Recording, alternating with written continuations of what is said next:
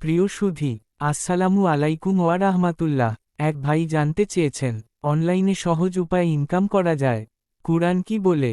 ইনশাআল্লাহ আজকে আমরা সে বিষয়ে আলাপ করব। প্রিয় ভাই ও বন্ধুরা, ভিডিওটি ভালো লাগলে একটি লাইক দিবেন। জানাতে পারেন জানা অজানা সকল প্রশ্ন। আপনাদের প্রশ্ন নিয়েই পরবর্তী ভিডিও বানানো হবে ইনশাআল্লাহ। বিসমিল্লাহির রাহমানির রাহিম। মানুষ ভাবে টাকা আয় করলেই সব কিছু, কিন্তু ইসলাম কি বলে, আয় যেন হয় হালাল, তা না হলে শান্তি আসবে না। আল্লাহ তাআলা বলেন, ইয়া আইয়ুহান্নাসু কুলু মিম্মা ফিল আরদি হালালান তয়্যিবা। হে মানুষ, জমিনের যা কিছু হালাল ও পবিত্র, তা থেকে খাও। সূরা আল বাকারা 168।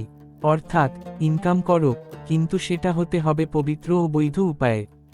আজকের যুগে অনেকেই অনলাইনে ইনকাম করছে, কিন্তু প্রশ্ন হচ্ছে, আল্লাহ কি সেই আয়কে কবুল করবেন?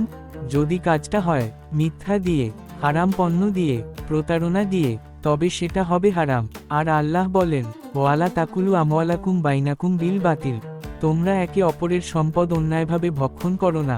সূরা বাকারা 188। তাই হালাল পথে থাকো।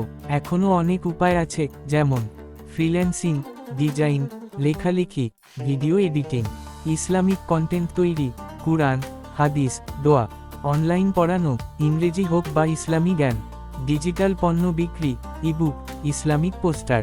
শর্ত একটাই, সত্য, পরিশ্রম আর আল্লাহর ভয়। রাসূল সাল্লাল্লাহু আলাইহি ওয়াসাল্লাম বলেছেন, হালাল উপার্জন করা প্রত্যেক মুসলিমের জন্য ফরজ। তাই ভাই ও বোন, যত সহজই হোক হারামের রাস্তা, তত কঠিন হবে আখিরাত।